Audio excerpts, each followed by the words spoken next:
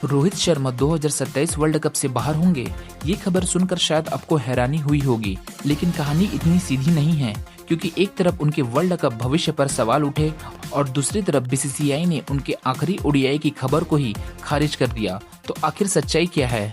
रोहित ने टेस्ट और टी20 से संन्यास ले लिया है, लेकिन ओडीआई में वह अभी भी भारत की योजना का हिस्सा है। बीसीसीआई ने मई 2025 में भी साफ किया था कि टेस्ट से संन्यास के बाद रोहित भारत के ओडीआई अभियानों में खेलते रहेंगे और 2027 वर्ल्ड कप को लेकर रोहित खुद अपनी इच्छा बता चुके हैं।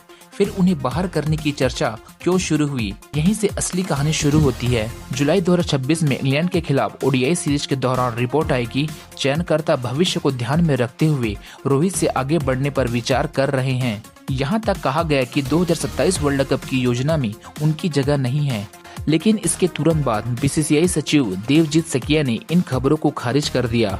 उन्होंने कहा कि लॉर्ड्स वाला ओडीआई रोहित का आखिरी मैच नहीं होगा। और फिर आया सबसे बड़ा सवाल। लॉर्ड्स में रोहित ने 138 रन की शानदार पारी खेल दी, यानी जिस समय उनके भविष्य पर सवाल उठ रहे थे, रोहित ने बल्ले से जवाब दे दिया। लेकिन यहाँ एक बात समझना बहुत जरूरी है, एक शानदार पारी वर्ल्ड कप की जगह पक्की नहीं करती, और इसी तरह एक खराब सीरीज किसी महान खिलाड़ी को तुरंत बाहर भी नहीं कर देती। चयनकर्ताओं को अब 3 चीजें देखनी होगी। पहली, रोहित लगातार कितना प्रदर्शन कर रहे हैं। दूसरी, उनकी फिटनेस और उम्र के साथ उनका वर्कलोड कैसा है। और तीसरी, भारत के पास उनके विकल्प कितने तैयार हैं। यशस्वी जायसवाल जैसे युवा बल्लेबाजों का नाम इसी वजह से चर्चा में आता है।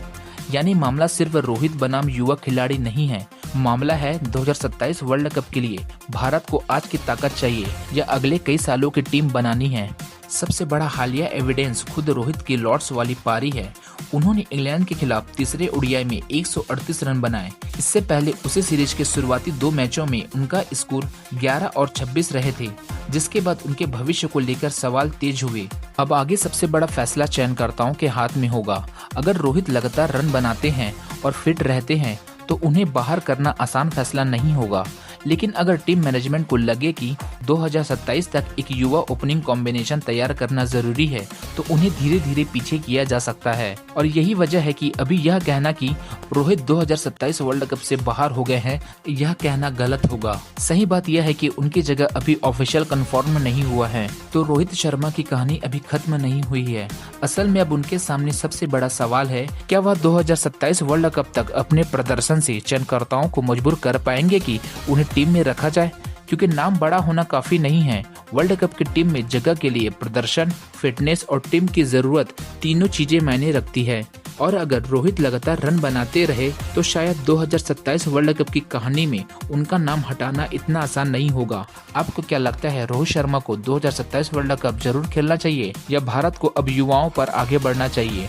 कमेंट में अपनी राय बताइए। अगर आप क्रिकेट को सिर्फ देखना नहीं बल्कि उसके पीछे की पूरी कहानी और असली वजह समझना चाहते हैं तो हमारे चैनल को सब्सक्राइब करना बिल्कुल ना भूलें।